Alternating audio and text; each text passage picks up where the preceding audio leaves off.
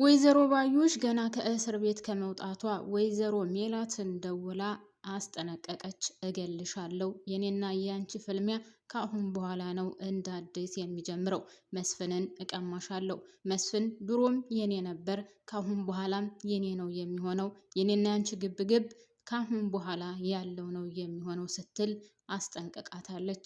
በሌላ በኩል የሴት ጓደኛ መቼም እኔ ግርም ነው የሚለኝ እውነት ለመናገር ለምንድን ነው ግን እኛ ሴቶች እንደዚህ ክፋታችን እየበዛው? ወንዶች እኮ ቢሆኑ እንደዚህ ክፉ አይደሉም። ጌታ አሁን ወንድ ለወንድ ብዙ ጊዜ ጓደኛሞች ሆነው ይኖራሉ። ነገር ግን በዚህ ደረጃ ክፋትና በዚህ ደረጃ ተንኮል የላቸውም። ሲቀጥል እዝራ አልወድሽም አላት እንጂ ሀና ጎትታ ወደ ራሱ አልወሰደችውም። እዝራን ጽዮን ሀናን ለማስገደል ቅዱስን ልካለች። ሴት የላከው ሞት አይፈራም እንደሚባለው ቅዱስም ስራ ያጣና ስራ ፈት እሷን ማለቴ ሀናን ገሎ ከጽዮን ጋር እንደሚኖርና ወይም ደግሞ ሀናን ገሎ በሰላም ከሀገር እንደሚቀመጥ አስቦ ነው። ይገርማል። እንዴት ነው በየትኛውም ሀገርስ ቢሆን ሰው ገሎ በሰላም ከሚፈልጋት ፍቅረኛው ጋር የሚኖረው? እንዴት አይነት አስተሳሰብ ቢኖረው ነው? እሷስ አንድ ጊዜ ማሰቢያዋ ተደፍኖና የማሰቢያ ቡለኗ ተፈቶ ነው። ነገር ግን የቅዱስ እሺ ብሎ ሀናን እገልልሻለሁ ማለቱ እኔ በጣም ነው የገረመኝ። ሰላም ጤና ይስጥልኝ ውድና የተከበራችሁ ውድ የቻናሌ ቤተሰቦች በያላችሁበት ሰላማችሁ ብዝዝት ትትረፍርፍ ይበልልኝ። የምወዳችሁ የማከብራችሁ በአለም ዳርቻ ለምትገኙ ሁላችሁም ፈጣሪ ሰላማችሁን ያብዛልኝ። ለቻናሌ አዲስ የሆናችሁ ካላችሁ ቪዲዮ ሲደርሳችሁ ሰብስክራይብ አድርጋችሁ የደወል ምልክቷን በመጫን ቤተሰብ ይሁኑ። ሁላችሁም ቤተሰቦች ደግሞ ላይክ በማድረግ አበረታቱኝ። ስለ ሀኒቾና ሀና ወይም ስለ ጽዮን ሀሳብ አስተያየት ካላችሁም እንድታካፍሉኝ እላለሁኝ። እንግዲህ ወይዘሮ ባዩሽ ከስር ተፈታለች። ነገር ግን የእርግብ አለመሞት ደግሞ አሳስቧታል። እንኳን ሌላው ቀርቶ ከህግ አልፎ ቤተሰቦች ጋር ታጣላኛለች ስትልም ፈርታለች። በነገራችን ላይ ባዩሽን ሳላደንቃት አላልፍም።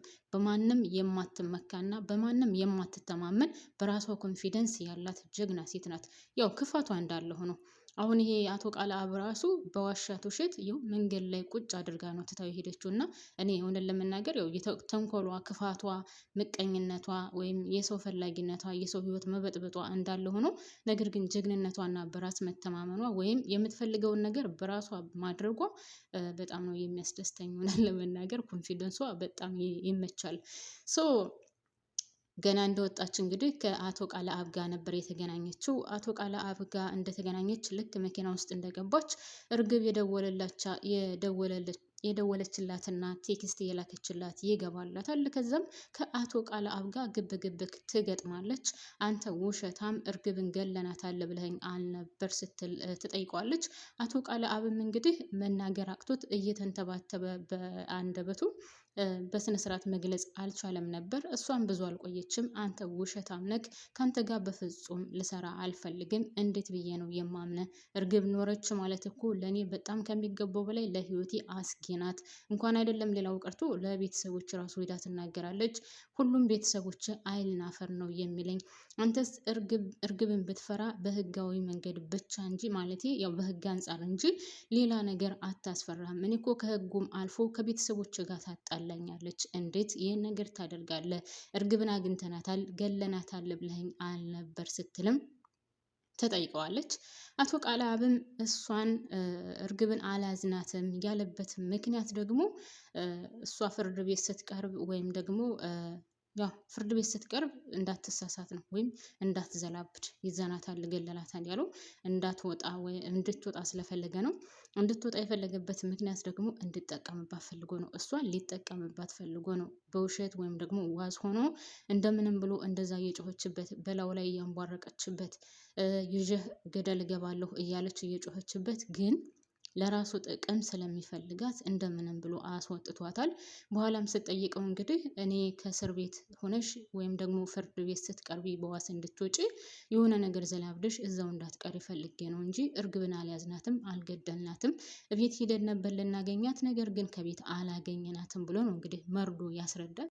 እሷም ይህንን ነገር ማመን አቅቷት ከመኪና ውልቅ ብላ ነበር የወረደችው። አሰራልኝ፣ ተጫወተብኝ። እኔ ማን እንደሆንኩ አታውቅም። እንኳን አንተን አይደለምና ሜላትም ልታሸንፈኝ አልቻለችም። እሰራላለሁ። የሆነ ነገር ፈልገህ እንደሆነማ ይገባኛል። ያለምንም ምክንያት እንደዚህ ልታስወጣኝ አትችልም ስትልም እንግዲህ እየዛተችበት ነበር።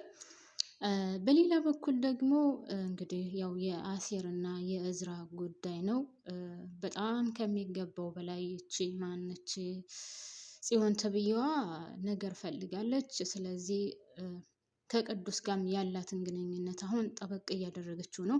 ልጠቀምበት፣ ቅዱስ ይወደኛል፣ ያፈቅረኛል፣ ስለዚህ የኔ ስል ደግሞ ምንም ነገር ያደርጋል ብላ አስባ ቅዱስን አግኝታ አንተ ትወደኛለህ፣ ታፈቅረኛለህ፣ ስለዚህ የምትወደኝና የምታፈቅረኝ ከሆነ እኔ የምልህን ነገር ታደርግልኛለህ ትለዋለች። እሱም የምትይኝን ሁሉ አደርጋለሁ ስላላትኝ ሀናን ግደልልኝ ስትለው በጣም ነበር የደነገጠው። ታውቃላችሁ። ግን ምን ዋጋ አለው? ሀሳቧን ተቀብሏን በጣም በሚያሳዝን ሁኔታ። ጀግና ከሆንክ ወንድ ሆነህ አሳየኝ፣ ሀናን ገለህ ና ብለዋለች። እንዴት ነው እንደዛ የምትይኝ?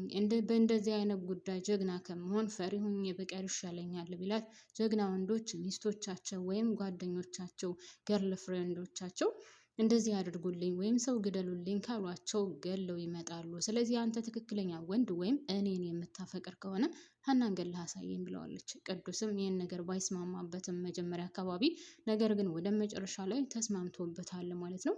በሌላ በኩል እንግዲህ ወይዘሮ አስቴር ከቻሳ ብላለች። አንዳንድ ጊዜ በወሳኝ ጊዜ ነው የምትመጣው ወይዘሮ አስቴር እና አሁን በወይዘሮ ሜላት እና በወይዘሮ ባዩሽ ያለው ግንኙነት ከእስከዛሬውም ላቅ ብሎ ጠጠር ብሏል። እናም ወይዘሮ አስቴርም እንደመጣች ድንብላልና ያገኘቻት። ድንብላል ደግሞ ምግብ ሰርታ ምናምን ወደ ተምቹ ለመሄድ አስባ ነበር።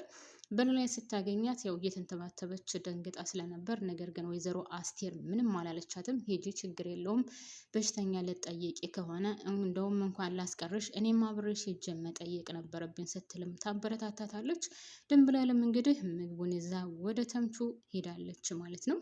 ወደ አሁኑ ወይዘሮ ሜላት ብዙ ሳትቆይ ከች ትላለች። ወይዘሮ ሜላት ስትመጣ እናቷን ሳሎን ላይ ዱቅ ብላ ታገኛታለች። ሰላም ከተባባሉ በኋላ ስለ ወይዘሮ ባዩሽ አንስታላት ከእስር ቤት እንደወጣችና ከአሁን በኋላ ያለው ነገር ደግሞ ከበድ እንደሚል ለእናቷ ስትነግራት፣ እናትየውና በነገራችን ላይ ወይዘሮ ሜላትና እናቷ በፍጹም አይስማሙም። እናም እኔ ድሮውንም ነግሬሻለሁ የእሷ ጓደኝነት ይቅረብሽ ብልሽ እምቢ ብለሽ ይኸውልሽ እዚህ ደረሽ። በጣም ነው የማዝነው። ልጄ ነሽ ደግ አደረገሽ እንዳልልሽ ምን ላድርግ ስትላት እና ልጅቷም እማዬ ታዲያ እየወቀስሽኝ ነው? አሁን እኔን ጥፋተኛ እያደረግሽኝ ነው እያለች ብቻ ያው ሁለታቸው አንድ ላይ ሲሆኑ አይስማሙም። እናም ምግብ አልበላውም እባክሽም ምግብ ስሪልኝ እኔ በጣም ርቦኛል ስትላት፣ ድንብላል የታለች ብላ ስትጠይቅ ወይዘሮ ሜላት ድንብላል ደግሞ ከቤት የለችም የሆነ ሰው ጠይቃለሁ ብላ ወጥታለች። ጠዋት የወጣች እስካሁን ድረስ አልመጣችም እና እርቦኛል ምግብ ሰርተሽ ስጭኝ ያለበለዚያ እኔ በጣም አሞኛል ምናምን ትላታለች። ወይዘሮ ሜላትም በጣም ተናዳለ እናቷ ምግቧን ሰራርታ ታቀርብላታለች። በሌላ በኩል ድንብላል ምግቡን ይዛ ወደ ተምቹ ሄዳለች። ተምቹን መጀመሪያ ካገኘችበት አካባቢ ስታጣው ሌላ ቦታ ሂዳ ፈልጋ ነው ያገኘችው እና በጣም ርቦትና ከኪሱ ምንም ገንዘብ አልነበረውም። ሌላው ቀርቶ ለሲጋራ እንኳን ምንም አልነበረውም። በዛን ሰዓት ከች ብላ ቆንጅዬ ምግብ አብልታው ለፀጉሩ ሳሙና ገዝታ ፀጉሩን ከጎረቤት ውሃ ለምና ታጥቦ ምናምን ነበር እንግዲህ ወደ ቤት የተመለሰችው። ነገር ግን በጣም ደስ የሚለው ነገር ተምቹ እየወደዳት ነው። ተምቹ በእርግጥ በጣም ከሚገባው በላይ እንግዲህ ሁላችንም እንደምናውቀው ልቡ ተሰብሮ ነበር። በጣም ወዷት፣ በጣም አፍቅሯን ነበር። ነገር ግን እሷ ለተምቹ ምንም አይነት ፍቅር አልነበራትም። ወደ አሜሪካን ሀገር ይወስደኛል ብላ ነበር ተጠግታው የነበረውም። ነገር ግን ያው እንግዲህ ትታው ከአጠገቤ እንዳደርስ ብላ በጣም መጥፎ ነገር ቃላቶችን ተናግረው ነበር የተለየችው። ነገር ግን ልቡ ተሰብሮ እንግዲህ ጎዳና እንደወጣ ወይም ጎዳና ላይ ሆኖ ድንብላል ደርሳለታለች።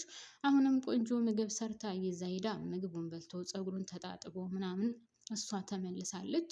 እናም በጣም ከሚገባው በላይ ቁጭ ብሎ ስለ እርግብ ነው ስለ ድንብላል ነው የሚያስበው። ለምንድን ነው የማስብላት? ለምንድን ነው ስለ እሷ የማስበው? ቆይ ምን ሆኜ ነው እያለ ራሱን እስከሚጠይቅ ድረስ ነው እንግዲህ ድንብላል እያሰበላት የነበረው ማለቴ በቃ አፍቅሯታል ነው የምላችሁ። እንደው ተምቹና ድንብላል ተጋብተው ጥሩ ህይወት ወይም ደግሞ ደስ የሚል ህይወት እየኖሩ ማየት እኔ በበኩሌ ምኞቴ ነው። ፈጣሪ ያሳካላቸው። ተምቹን በጣም ምርጥና የሚያሳዝን ልጅ ነው። በዛ ላይ ደግሞ ድንብላል ለተምቹ እያደረገች ያለችውን ነገር ሁላችሁም ታውቁታላችሁ።